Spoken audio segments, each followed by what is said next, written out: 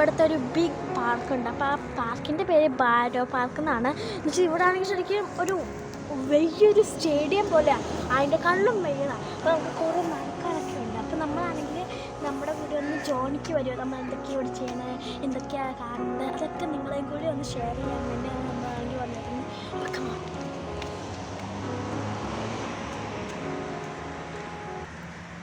Hi guys, എല്ലാവർക്കും ഫാത്തീസ് വേൾഡിലേക്ക് വീണ്ടും സ്വാഗതം. ഞാനും എൻ്റെ മോളുമായിട്ട് ഇന്ന് ഈ പാർക്കിലേക്ക് വന്നിട്ട് അതിമനോഹരമായ ഒരു പാർക്കാണ്.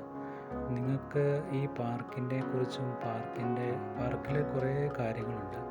കുറച്ച് കാര്യങ്ങൾ നിങ്ങളുമായിട്ട് ഷെയർ ചെയ്യാൻ വേണ്ടിയാണ് ഈ വീഡിയോ ആയിട്ട് ഞങ്ങൾ വന്നിരിക്കുന്നത്. അപ്പോൾ എല്ലാവർക്കും ഒരിക്കൽ കൂടി ഫാത്തീസ് വേൾഡിലേക്ക് സ്വാഗതം. ഇത് പാർക്കിൻ്റെ എൻട്രൻസ് ഭാഗമാണ്. ഞങ്ങൾ കയറി മുമ്പോട്ട് ഞങ്ങൾക്ക് ഇങ്ങനെ പോകണം. ഇവിടുന്ന് കുറച്ച് നല്ല ഗ്രീനറിയാണ്, കാണാൻ മനോഹരമായ നല്ല പൂക്കളും പൂന്തോട്ടങ്ങളും എല്ലാം നിറച്ചു വച്ചിരിക്കുന്ന നല്ല മനോഹരമായ ഒരു സ്ഥലമാണ്. അതുകൊണ്ട് തന്നെ ഒഴിവ് സമയങ്ങളിൽ നമുക്ക് കുടുംബവുമായി കുട്ടികളുമായി വന്ന് ചിലവഴിക്കാൻ പറ്റിയ, ഞങ്ങൾ താമസിക്കുന്ന ഈ ബാരോയിലെ ഏറ്റവും നല്ല ബ്യൂട്ടിഫുൾ പ്ലേസുകൾ ഒന്നാണ്. ഫാത്തീസ് ഇടയ്ക്ക് നല്ല രസമായിരുന്നു, കളിയും ചിരിയും. പിന്നെ കുറേ ഇടയ്ക്ക് 2-3 കൂട്ടുകാരെയൊക്കെ ഞങ്ങൾക്ക് കാണാൻ പറ്റി. അപ്പോൾ അതിൻ്റെ പുറകെ പോക്കും നല്ലൊരു ഈവനിങ് ആയിരുന്നു ഞങ്ങൾക്ക്. ഇത് ഏകദേശം 45 ഏക്കറോളം വിസ്തൃതിയുള്ള ഒരു മനോഹരമായ ഒരു പാർക്കാട്ടോ. ഇവിടെ നമുക്ക് കുട്ടികൾക്കായും മുതിർന്നവർക്കും പ്രത്യേകം കളിക്കാൻ പറ്റിയ നല്ല ചിൽഡ്രൻസ് പ്ലേ ഏരിയയും ജിംനാസ്റ്റിക് ഏരിയയും പിന്നെ തടാകവും നല്ല മനോഹരമായ പൂന്തോട്ടവും നല്ല വിശാലമായ സിറ്റിംഗ് ഏരിയയും എല്ലാം ഉൾക്കൊള്ളുന്ന ഒരു ഏരിയ കേട്ടോ.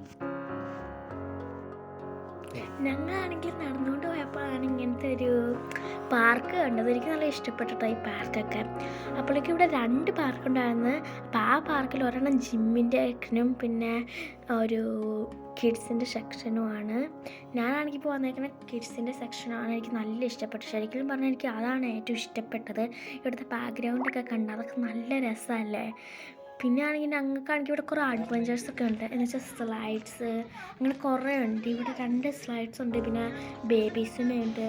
അങ്ങനെ ബേബീസിനും ടോഡ്ലേഴ്സിനും അങ്ങനെയൊക്കെ എല്ലാവർക്കും വരുന്ന ഒരു പ്ലേ ഗ്രൗണ്ട് ആട്ടോ ഇത്. ഇപ്പോൾ ഞാൻ പറഞ്ഞില്ലേ 2 എണ്ണം ഉണ്ടെന്ന്. ആ 2ാമത്തേൽ കൂടുതലും വലിയവരാണ് പോകുന്നത്. പക്ഷെ നമുക്ക് ഏത് പാർക്കിലും പോകാട്ടോ. എന്ന് വെച്ചാൽ നല്ല രസമാണ് ഇവിടെയൊക്കെ കളിക്കാൻ. പിന്നെ ഇവിടെ തന്നെയാണെങ്കിൽ ഇച്ചിരി ഫ്രണ്ട്സിനെയൊക്കെ കണ്ടിട്ടോ. എന്താണെന്ന് വെച്ചാൽ നമ്മളിപ്പോൾ സ്കൂൾ അവധിയല്ലേ.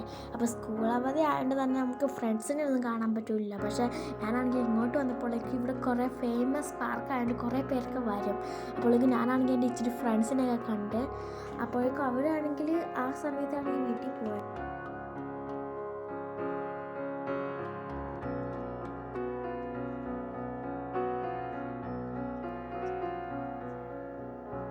നമ്മളാണെങ്കിൽ പോണത് ഗാർഡൻ നഴ്സറിയിലാട്ടോ. എന്ന് വെച്ചാൽ അവിടെ ആണെങ്കിൽ കുറേ പൂക്കളൊക്കെ ഉണ്ട്. പക്ഷേ നമ്മളാണെങ്കിൽ ഇന്നാളാണെങ്കിൽ ഇങ്ങനെ ബാരോ പാർക്കിൽ വന്നപ്പോഴേക്കും ഇതിനേക്കാളും കൂടുതൽ നല്ല ഈ റൂമാണെങ്കിൽ ഫുള്ളാണെങ്കിൽ പൂക്കളായിരുന്നു.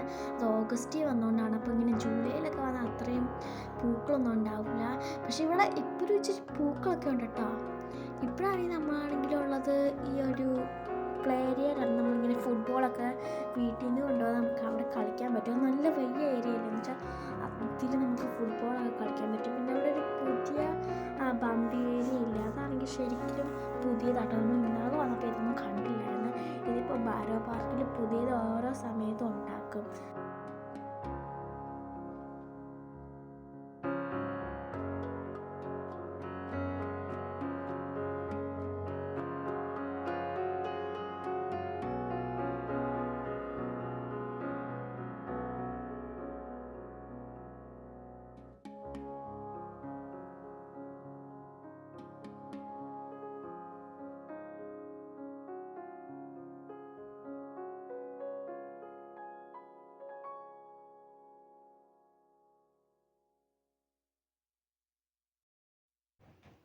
ഗായ്സ് കണ്ട ഇവിടെയൊക്കെ ഇതൊക്കെ ലോക്ക് ചെയ്തിട്ടേക്കണെന്ന് വെച്ചാൽ നമുക്കാണെങ്കിൽ മറ്റേ രീതിയിൽ കൂടെ പോകണം.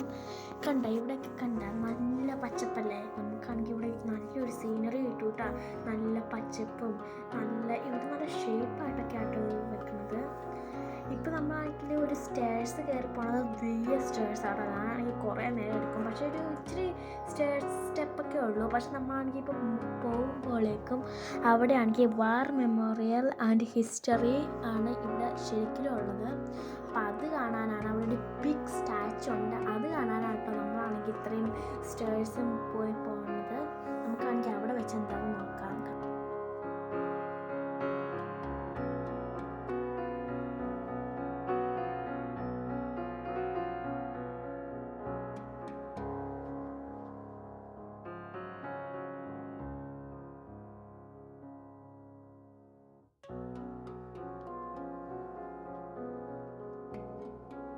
ഗായ്സ് ഞാൻ ഫൈനലി കെയിം ഹിയർ.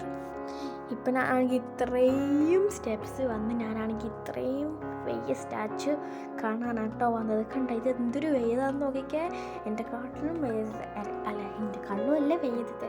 കണ്ട ഇവിടെ കുറേ വേൾഡ് വാർ II ആൾക്കാർ ഡൈഡ് ചെയ്തില്ല, ഇങ്ങനെ സോൾജേഴ്സൊക്കെ, അവരുടെയൊക്കെ ഈ മരണത്തിലുള്ള ഇതൊക്കെ വെച്ചേക്കണേ കേട്ടോ. അപ്പോൾ ഇവിടെ എല്ലായിടത്തും ഇങ്ങനെ നല്ലൊരു റെഡ് റോസാപ്പൂവൊക്കെ അവിടെ വെച്ചിട്ടുണ്ട്. കണ്ട ഇവിടെ എല്ലായിടത്തും അവരാണെങ്കിൽ ഇങ്ങനെ റെഡ് റോസാപ്പൂ വെച്ചിട്ടുണ്ട്. ഇതാണ് നമ്മുടെ വാർ മെമ്മോറിയൽ സ്റ്റാച്ചു. നമ്മുടെ ഭാരത് ഫർണസിലെ ഏറ്റവും പ്രധാനമായൊരു ഹിസ്റ്റോറിക്കൽ ലാൻഡ്മാർക്കാണ് ഈ വാർ മെമ്മോറിയൽ സ്റ്റാച്ചു എന്ന് പറയപ്പെടുന്നത്. അതായത് നമ്മുടെ വേൾഡ് വാർ I-ലും II-ലും ഇവിടുത്തെ ഈ നാട്ടിലെ പട്ടാളക്കാർ പോയി യുദ്ധം ചെയ്യുകയും മരണപ്പെടുകയും ചെയ്ത ആ പട്ടാളക്കാരുടെ ഓർമ്മയ്ക്കായിട്ട് ഇവിടെ നിർമ്മിച്ച ഒരു സ്റ്റാച്ചു ആണ് കേട്ടോ വാർ മെമ്മോറിയൽ സ്റ്റാച്ചു എന്നറിയപ്പെടുന്നത്.